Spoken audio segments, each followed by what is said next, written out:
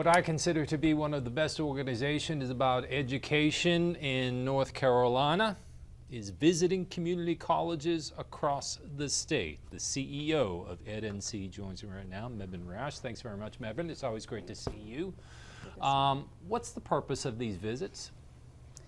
Our team is out all across North Carolina this week visiting all 58 community colleges to raise awareness about the important role that they play, not just in the lives of our students, but in the lives of in the future of the state, our workforce, our economy. Is there a concerted push right now among local educators and businesses to emphasize the importance of community colleges? I think there will be. That's our hope. One of the things that we've learned is that most people don't, if they know about community colleges, they know about the one in their community, but most people don't know that we have 58 all across North Carolina. They might not know who the system leader is. We have a new system leader, Peter Hans, and we want them to better understand the important role that these colleges play in our workforce, in our economy, and the future of our state. And it's exciting to be out all across the state telling the stories of that role that they play, and some of the stories are really interesting. There's a community college that I visited earlier this week out west, Isothermal Community College, that has a public radio station so that they can provide information to the world about Western North Carolina.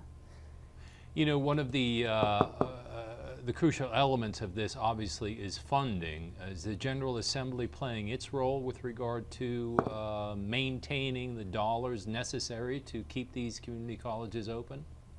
One of the things that's been interesting is to look at the funding of community colleges. They typically get between about 7 and 9% of state appropriations year in and year out. And yet, when I talk to people and ask them how they would divvy up money for, 0 to K, kindergarten to 12, community colleges, and the UNC system of higher education, most people, because of the important role community colleges play in our workforce and our economy, would draw that pie very differently. So it is the way it is because of historical patterns of funding, but I think we'll be taking an in-depth look at funding and at other important issues that this tour is surfacing. We're really thankful to the John M. Belk Endowment for making an investment in us, but more importantly, an investment in North Carolina to allow us to provide day in and day out coverage of community colleges in North Carolina for the next 2 years. I think that Education NC will be able to provide the most in-depth coverage of education anywhere in the country because of this important investment. Listen, before you go, I want to ask you this question. We've been listening, we've been hearing lately about how some people are eschewing the idea of going to four-year colleges. Are you getting the impression from young people that maybe the idea or the best fit for them for the future is a community college? It's certainly an affordable and attractive option, and President Walter Dalton at Isothermal said that what he wants is for students to know that it's not the default choice, it's the first best choice for many students in North Carolina. So many students, I was with one the other day at Rowan Cabarrus Community College, who chose to go to community college for the first 2 years and then transfer to a UNC system institution because it was a more affordable path for him.